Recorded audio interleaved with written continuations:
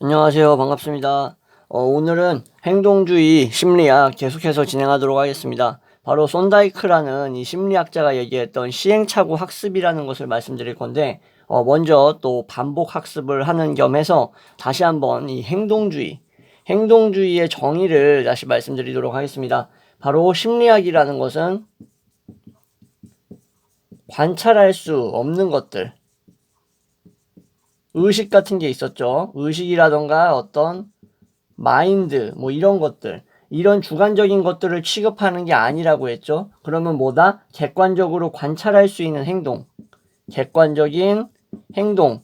근데 이것은 관찰 가능하다라는 특징이 있죠. 그죠? 관찰 가능하다라는 특징을 가지고 있는 객관적인 행동을 취급한다는 게 바로 행동주의의 입장이었습니다. 그죠? 그래서 이제 왓슨 같은 학자는 이렇게 얘기를 했어요. 자, 행동을 관찰함으로써 행동을 예측하고 제어할 수 있다. 이거를 관찰함으로써 예측과 제어가 가능한 그런 영역에 이제 두려고 했고, 그래서 이러한 것을 아는 것이 바로 심리학의 사명이라고까지 얘기를 했습니다. 이 왓슨이라는 심리학자가. 자, 그래서 우리는 이제 주관적인 의식이 아니라 객관적인 행동을 연구한다라는 것. 그래서 결국 심리학이라는 것은 될 수 있는 거예요. 과학이 될 수 있는 것. 이게 바로 행동주의의 입장이었습니다. 자, 그럼 또 다른 행동주의 심리학자인 손다이크가 얘기했던 바로 시행착오 학습에 대해서 본격적으로 이제 들어가도록 하겠습니다. 자, 손다이크 같은 경우에는 고양이를 데리고 실험을 했어요. 뭐 고양이를 뭐 학대하는 게 아니라 이제 고양이가 이제 어떤 상자에 갇힙니다. 그러니까 예를 들면 이제 그림을 뭐 못 그리지만 이제 이렇게 철장에 있는 상자에 이 고양이 한 마리가 이렇게 갇혀 있어요. 이 고양이 한 마리가 이렇게 갇혀 있는데 정말 형편없지만 그냥 그러려니 하십시오. 예, 이 고양이가 이제 문제에 직면하게 됩니다. 어떤 문제에 직면하냐면은 바깥에 이 생선 한 마리가 있는 거예요. 생선이. 이 생선이 있는데 뭐 거의 뭐 자기 몸뚱아리만 해. 한 번 그냥 쟁여놓으면은 일주일간은 먹을 수 있는 생선의 크기입니다. 자, 이 생선을 이제 이 상자에 들어있으니까 너무 먹고 싶을 거 아니에요? 근데 이제 손을 뻗어도 손이 닿지 않아요. 그러니까 앞발이겠죠, 앞발. 손이라고 하기보다도. 앞발을 뻗었는데 잡히지가 않는 거예요, 얘가. 그래가지고 이제 안 되겠다 해서 이 앞발을 뻗는 행동 있죠. 이 행동을 줄입니다.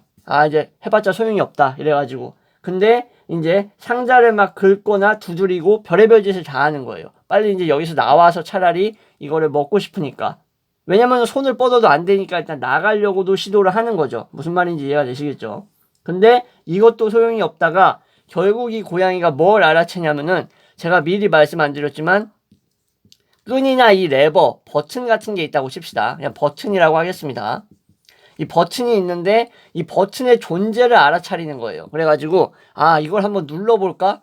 그래서 자기가 한번 우연찮게 이 버튼을 클릭을 합니다. 클릭. 근데 여기 문이 열리네. 문이 오픈되네. 라는 거를 고양이가 봅니다. 그래서 여기로 나가보니까 나갈 수 있네. 그래서 이 먹이를 얻을 수 있다.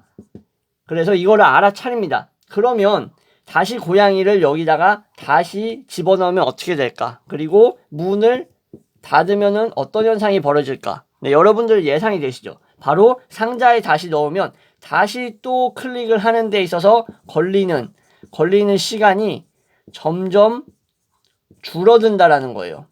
신기하죠, 이런 거. 그러니까 뭐 고양이를 멍청이로 하냐, 이런 걸 왜 실험하냐 라고 생각하실 분들도 있겠지만 애초에 행동주의의 입장이 뭐였죠? 객관적인 행동을 통해서 심리학의 과학화, 그래서 우리가 관찰할 수 있다라는 것을 주장하고 증명하는 거잖아요. 그래서 고양이가 처음에 아무리 나가려고 해도 안 되고 손을 뻗어봐도 안 되고 문은 막혀 있지만 레버를 발견하는 순간 레버를 누르고 그리고 그 버튼을 클릭해서 밖으로 나올 수 있다라는 걸 알게 되면 그 다음에 다시 고양이를 집어넣었을 때 이런 막 앞발을 뻗거나 아니면은 나가려고 막 벽을 긁거나 이러한 행동들을 줄이고 최대한 단축한다라는 거예요. 걸리는 시간이 줄어들면서 점점 클릭을 하는 데까지 이르는 시간, 도착 시간이 더 빨라진다라는 거예요.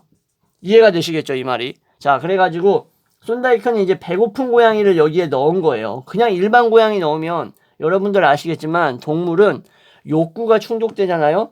욕구가 충족되면은 더 이상 원치 않아요. 이게 동물이 정말 인간보다 훨씬 나은 점입니다. 예, 저는 그렇게 생각을 해요. 인간은 욕구가 충족되면 또 다른 욕구를 자꾸 찾으려고 하는데 동물들은 그렇지가 않습니다.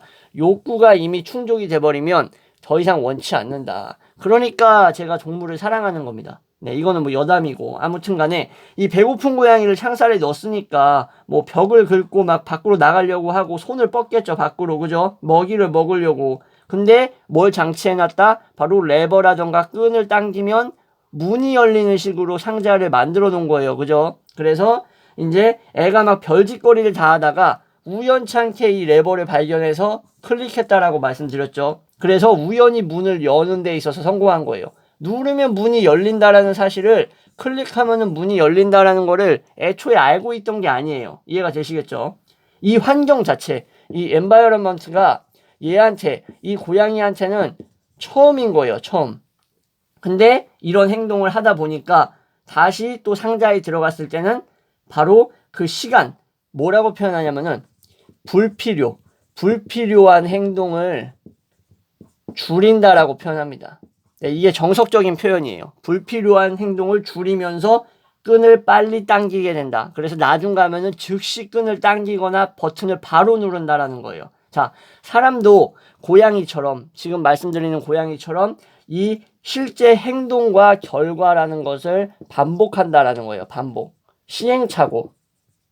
제가 영상 시작할 때 말씀드렸죠. 시작할 때 시행착오를 반복하면서 뭘 한다? 결국 인간도 학습한다라는 거예요. 여기 상자 안에 들어가 있는 고양이처럼. 이렇게 손다이크는 생각을 했습니다. 그러니까 문제에 대한 시도를 한다라는 건데, 시도라는 게 뭐겠어요? 행동이겠죠. 그죠? 시도라는 것은 행동이고 결국 결과라는 것은 실패였겠죠. 고양이가 아무리 뭐 손을 뻗고 나가려고 해도 안 됐으니까 시도이자 행동, 그죠? 결과이자 실패를 반복하면서 이것을 시행착오라고 부르면서 시행착오를 반복하면서 적절한 해결책, 결국 해답을 찾아 나가는 것, 불필요한 행동을 줄여가는 것을 배운다, 학습한다. 중요합니다. 이게 제일 학습한다라는 것을 시행착오 학습이라고 부르는 겁니다. 네, 이해가 되시겠죠? 이것을 이제 효과의 법칙이라고 해가지고 좀 더 구체적으로 말하는 케이스가 있어요. 뭐냐면은 손다이크는 이 실험, 이 고양이를 데리고 한 실험에서 만족을 얻을 수 있는 행동은 반복을 한다라는 거예요. 자, 만족을 얻을 수 있는 행동이 뭐였겠어요? 바로 레버를 당긴다던가 버튼을 누른다던가 이거겠죠. 그래서 만족을 얻을 수 있는 행동은 반복되는 거고, 그리고 만족을 주지 못하는 불만족스러운 행동은 줄인다. 반복하지 않는다라는 것을 봤는데, 자, 이것을 바로 효과의 법칙이라고 명명을 했습니다. 누가? 손다이크가. 그래서 이 손다이크가 얘기했던 효과의 법칙이라는 것은 사실상 우리가 눈치 빠른 분들은 이제 예상을 하셨을 거예요. 바로 저번 시간에 말씀드렸던 조작적 조건 형성 기억하시죠? 이 조작적 조건 형성과 어느 정도 연관성이 있는 겁니다. 조작적 조건 형성에서는 바로 그거였죠. 우리가 어떤 보상이라던가 징벌, 이런 처벌이 있으면 그 보상이나 징벌, 처벌이 동기부여가 돼가지고 행동의 변화를 일으키는 거라고 제가 말씀드렸죠. 기억나시죠? 그래서 이렇게 효과의 법칙이라는 것이 조작적 조건 형성과도 어느 정도 연관이 있다. 그래서 오늘 말씀드린 이 손다이크의 시행착오 학습 기억해 두시면 좋을 것 같습니다. 네, 시청해 주셔서 감사합니다.